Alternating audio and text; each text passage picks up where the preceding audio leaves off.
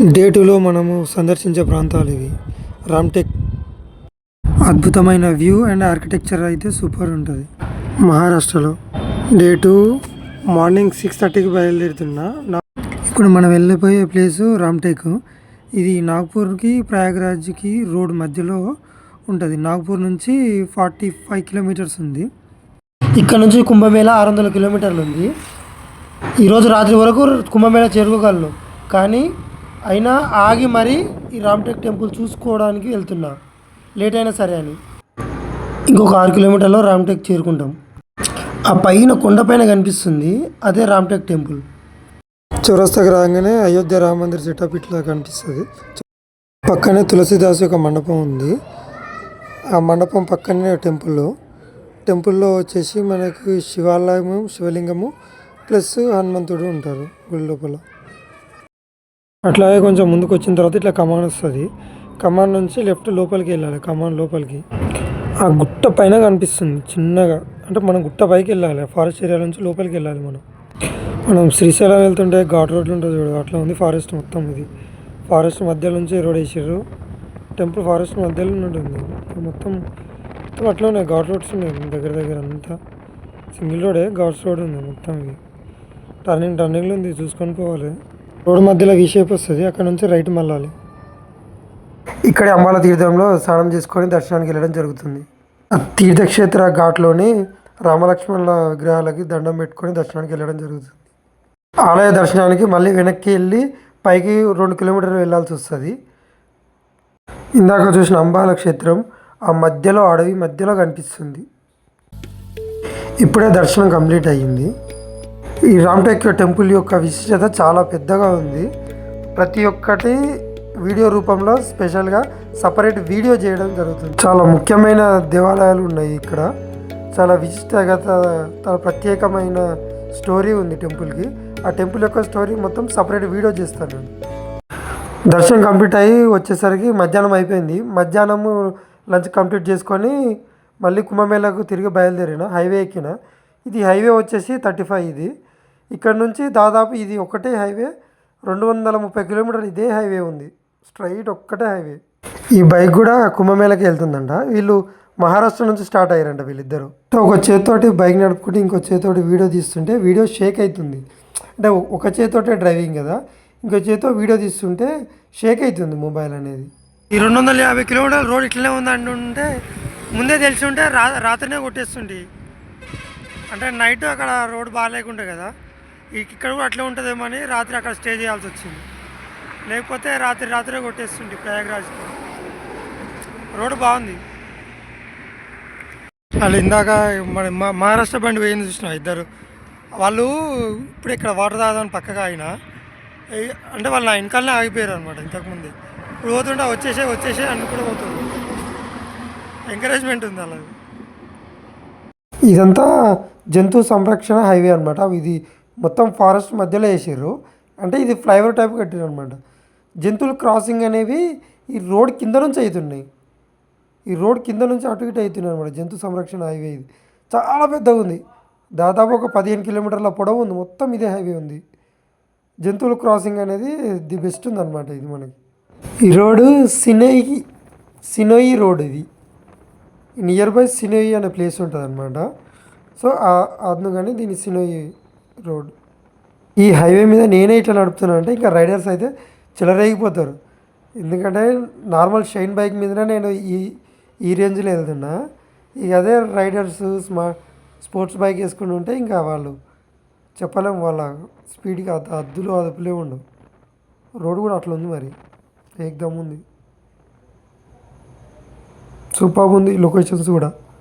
ఆ లొకేషన్ చూసుకుంటూ ఆ డ్రైవ్ చేస్తుంటే మస్తు మజా వస్తుంది. ఇంకా ఇక్కడ నుంచి ప్రయాగ్రాజు 480 కిలోమీటర్లు ఉంది.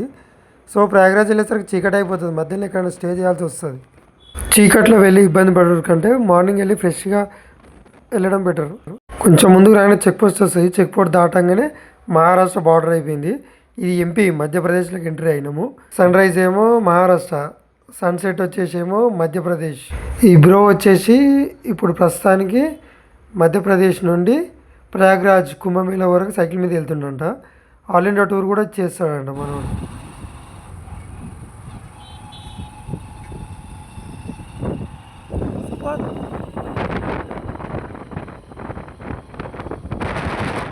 రామ్‌టెక్ దగ్గర 250 కిలోమీటర్లు ఒకటే హైవే అన్నాం కదా!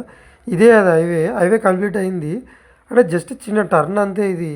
ఆ టర్న్‌కి వాడు 250 కిలోమీటర్స్ అన్నాడు. దాదాపు కుంభమేళా, రేవా వరకు ఇదే హైవే ఉంది మొత్తము. ఈరోజు దాదాపు 300 కిలోమీటర్ల వరకు మాత్రమే జర్నీ చేయగలుగుతున్నాం. తొందరగా చీకటి అయింది. అంటే మనం ఆ టెంపుల్‌కి వెళ్ళాం కదా! టెంపుల్ దగ్గర 5 అవర్స్ టైం స్పెండ్ చేయాల్సి వచ్చింది మనం.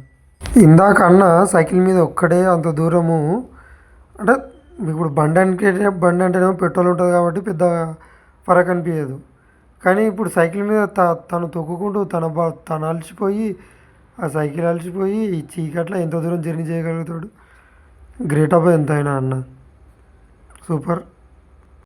ఈ రోడ్లో డ్రైవ్ చేస్తుంటే ఏదో సొరంగ మార్గంలో బైక్ పోతున్నట్టు ఫీలింగే వస్తుంది. ఆ రోడ్ పక్కనే ఉన్నాయి అంత కొండలు. ఆ కొండలకెళ్ళి ఆ రాళ్ళు ఊసి ఆ రోడ్ మీద పడుతున్నాయి. పక్కకే వస్తున్నాయి, రోడ్ పైకి వస్తున్నాయి రాళ్ళు మరీ పక్కకున్నాయి. ఓడన గుద్దుకొని కింద పడ్డా దిక్కులేదు నాయన. మా ఓడొకడు అరే ఇట్లా పోతున్నారా ఒక్కడనే అంటే అరే అట్లకెళ్ళి రోడ్డు మధ్యలో బైక్ ఆపి కొట్టి పైసలు ఫోన్ గుంజుకుంటారా అని భయపెట్టిండు. ఇప్పుడు ఈ లొకేషన్ చూస్తే అంటే ఒక సినిమా స్టైల్లో అదే లొకేషన్ గుర్తొస్తుంది. యాక్సిడెంట్ అయినట్టుంది కర్ణాటక బండి.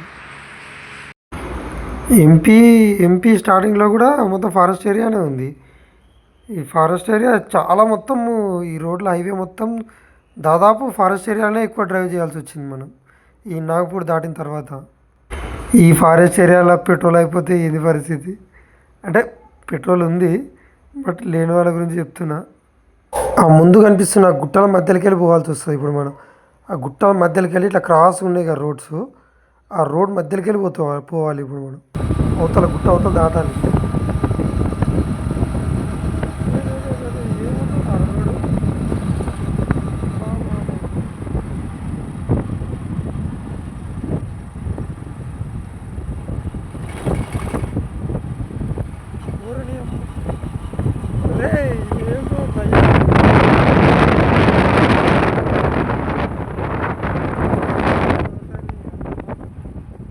మచ్చా పక్క జరుగుతుంది.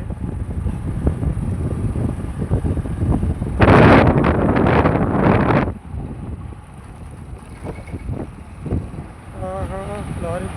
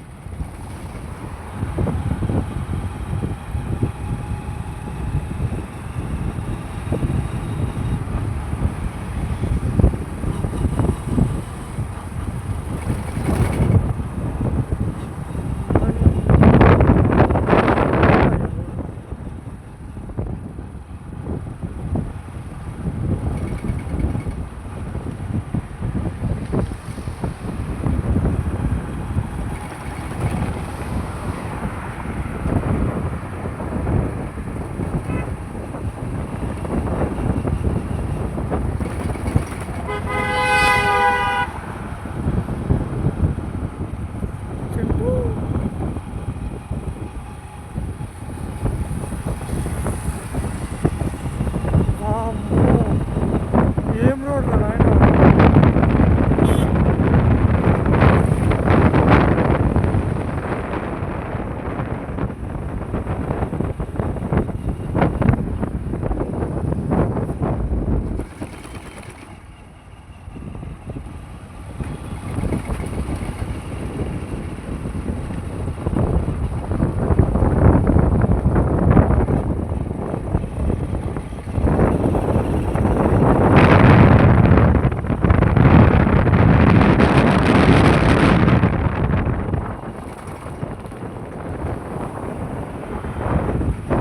వీడియోలు తీసినప్పుడు కొంచెం స్లోగా వెళ్తా.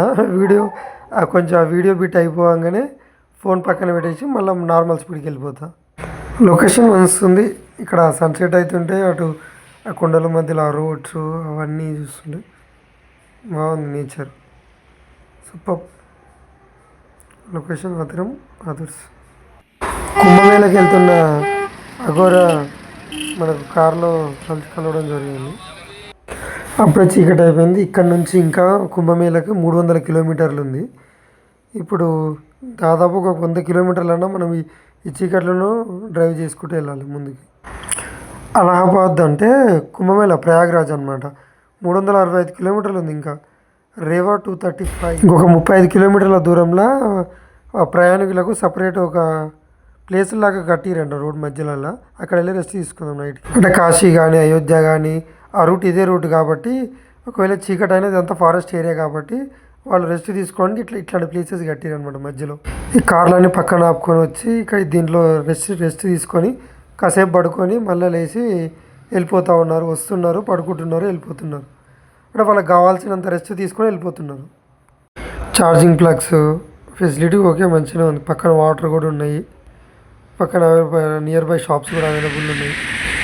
రెండో రోజుకి మన రెస్ట్ ప్లేస్ ఇదే ఇంకా నాకు నా బండికి.